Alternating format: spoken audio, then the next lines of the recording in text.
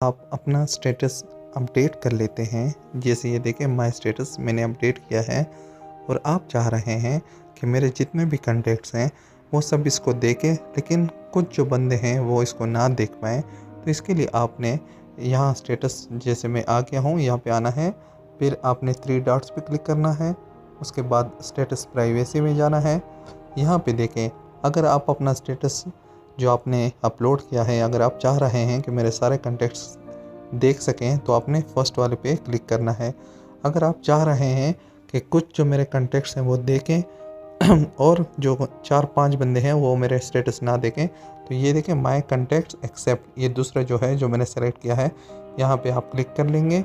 और ये देखें जो 3 लाइंस हैं इस पे मैंने सब में टिक मार्क किया हुआ है, तो मेरे 350 कॉन्टैक्ट्स हैं, वो सारे इसको देख रहे हैं। अब मैं चाह रहा हूँ कि ये बंदा जो है ये मेरा स्टेटस ना देखे, इसको मैंने अनसेलेक्ट किया है, इसको मैंने अनसेलेक्ट किया है।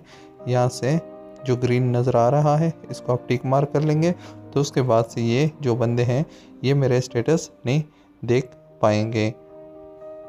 इसके अलावा अगर आप चाह रहे हैं कि मेरा जो स्टेटस है वो सिर्फ कुछ बंदों के साथ शेयर हो,